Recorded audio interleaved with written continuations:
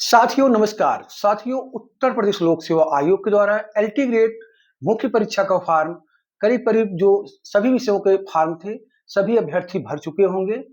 अब जो है उनके मेंस की परीक्षाएँ लगी हुई हैं। कल 23 अप्रैल है, कल संस्कृत विषय का पेपर है।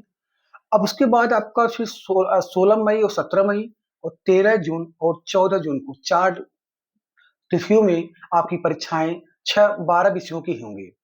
आपका 16 मई को विज्ञान, गृह विज्ञान और कृषि है। 17 मई को सामाजिक विज्ञान, हिंदी, गणित है। 13 जून को जीव विज्ञान, चित्रकला, उर्दू है आपका। 14 जून को सामाजिक विज्ञान, शारीरिक शिक्षा, उसके बाद आपका संगीत है।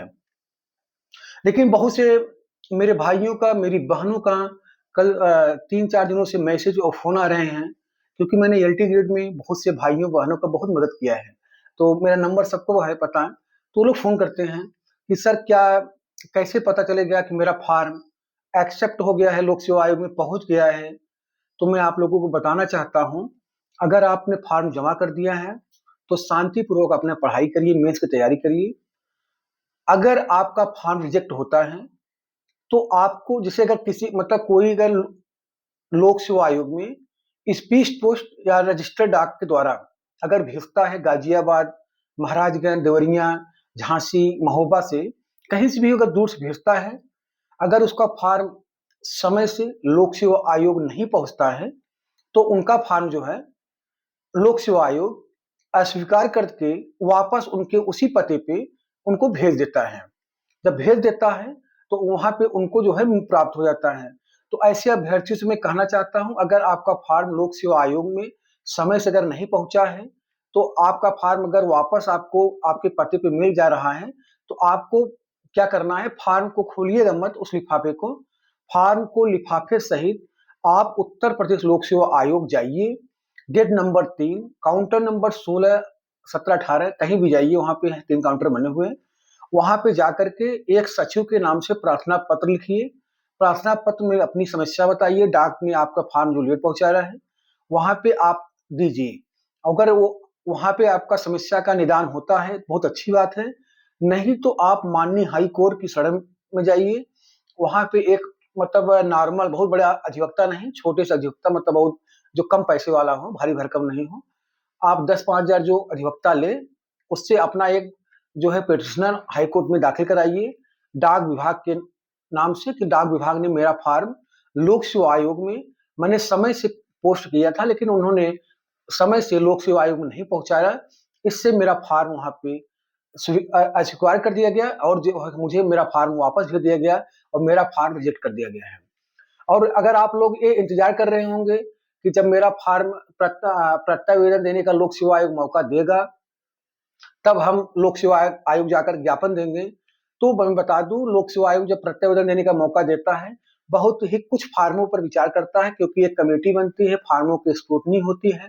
कमेटी बाद में जब लिस्ट आती है तो यह कह देती है आपका जो अभ्यर्थन है, प्रत्यावेदन है, वो बलहीन है, मतलब इसमें कोई दम नहीं है और आपका फॉर्म निरस्त कर दिया जाता है।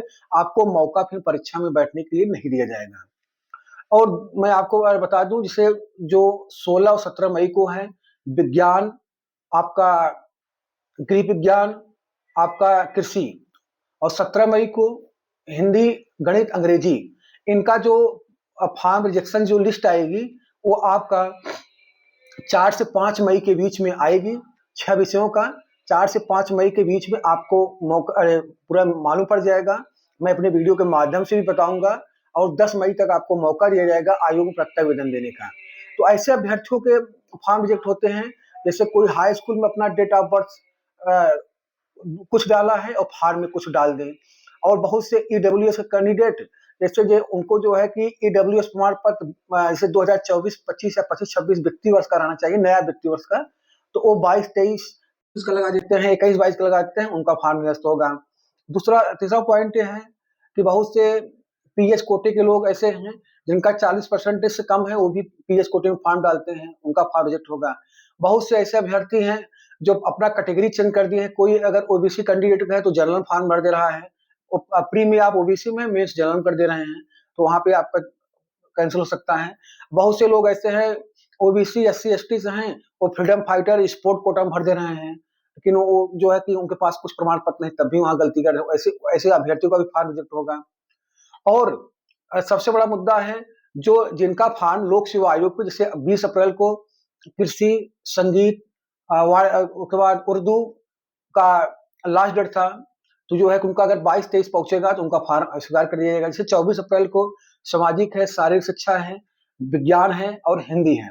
अगर इनका जो अभ्यर्थी फॉर्म अगर डाक के द्वारा भेजे होंगे, अगर 26-27 अप्रैल को लोक सेवा आयोग को प्राप्त होगा, तो ऐसे अभ्यर्थियों का फॉर्म स्वीकार करके उनके पते पे भेज दिया जाता है। तो आप लोग समझ गए होंगे, बार-बार फ़ोन और मैसेज ना किया करिए आप लोग। आपका आपने फॉर्म भर दिया है तो मेंस की तैयारी करिए। मेंस की तैयारी जो फॉर्म जो रिजेक्ट होगा, तो अभी रिजेक्ट लिस्ट नहीं आएगी।